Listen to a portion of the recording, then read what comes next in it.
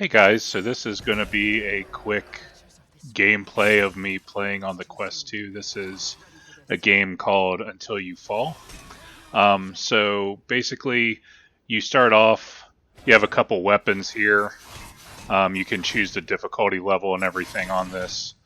Um, and as you're going through here, you fight the different mobs and stuff. It actually does have a little kind of tutorial real quick to how to train, but you basically have to try and block this. This is the end guy you get to that there's no chance you're going to beat. So um, basically, you just keep going through waves of these mobs until you fall or die, basically, and then you start over.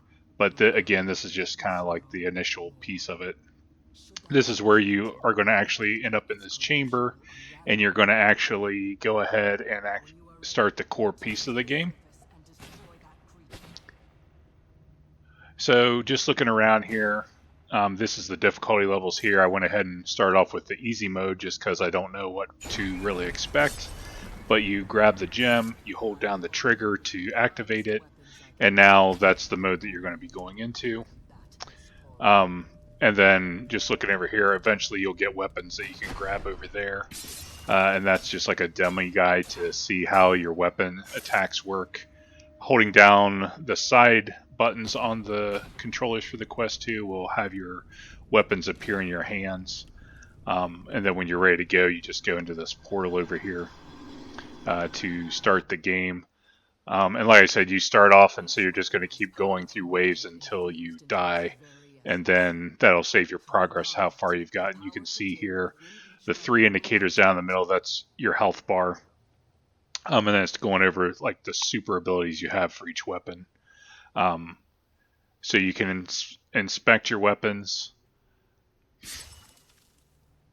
And this took me a minute to realize what I was trying to say, but basically you're going to have your palm facing you in the game, so you basically turn the controller a little bit sideways and squeeze the trigger, and then that'll show you what effects you have on each weapon, whereas in your right or left hand. I will say in this game, since I'm right-handed, it was kind of funny because I would lead a lot with my right constantly. Like I would totally forget I had another weapon in my left hand to be able to swing it and stuff. So I try towards the more end part of this video to try and start using my left hand more in conjunction with my right hand, just so that I can make sure I'm using both weapons and getting effects when I turn them on. So you walk forward. I like the lunge a lot better. For some reason, when I'm just walking normal, it kind of does this like enclosure thing around you, this kind of tunnel vision. It's okay, but I don't really like it. You can see I put an effect on this mob here, and that was a damage over time. And then you're going to swing your weapon in the direction it indicates on there to help take it down. This blue effect here is a temporary shield, so it helps take damage from you. And you can see when you jump forward and you bump into a mob, it actually stuns it, but it'll show you indications on the screen of where you need to block at. So you just turn the weapons to face that area. You'll make it to where their stamina runs out, and then you get to strike. Some mobs are going to be tougher than others. Then you get, so that round's over, so then you're going to pick one enhancement, depending on what you want to do, and you pick it up and look at it, and it'll tell you what the different augments are to choose from.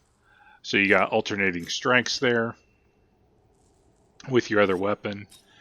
You've got weighted, and then you've got Sparklight, which attacks with the weapons you have. So I picked that one.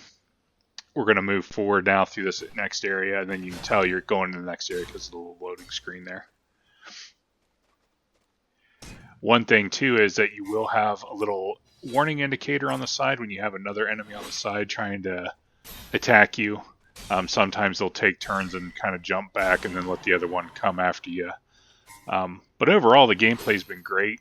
I do play in the sitting position just because I have problems being able to bend down, so that was kind of nice to know that if you're someone like me who has a hard time ducking easily or bending down, then you can do a seated position and still do the weapon blocking, and you don't have to worry about dodging or ducking. Or if you can do that stuff fairly easily, then just go ahead and leave it on the standing and you'll be able to be even more interactive with it, which I would assume is going to be a heck of a workout because some of these guys get pretty tough, as you'll see here soon.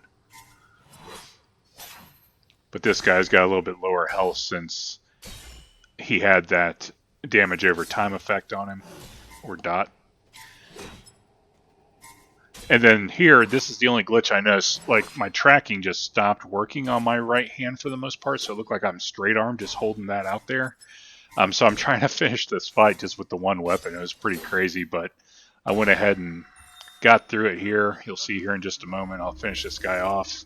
And then I found just hitting the button to take me back out to ask me if I want to resume the game or not is actually going to fix the tracking here in a second. After I tried hitting the trigger and stuff, it'll pop back into place and then I'm able to resume again.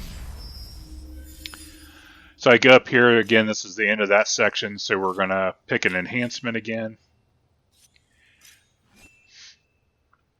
And I can't remember if it's on this video or not, but I know that I picked one and it dropped my health to only 2 bars. Like, I didn't even have a 3rd bar.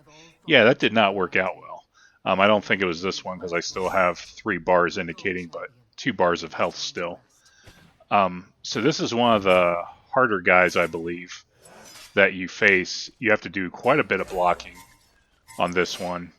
Before he'll tire. You can see the number of health bar indicators he has on his little meter there. That's how much stamina he still has before you are able to tire him out and strike. But I'm not going to make it through this fight, obviously. So I hope you guys enjoyed the video. Comment below what you think, and please subscribe if you haven't done so. And I hope you enjoy the channel and the video.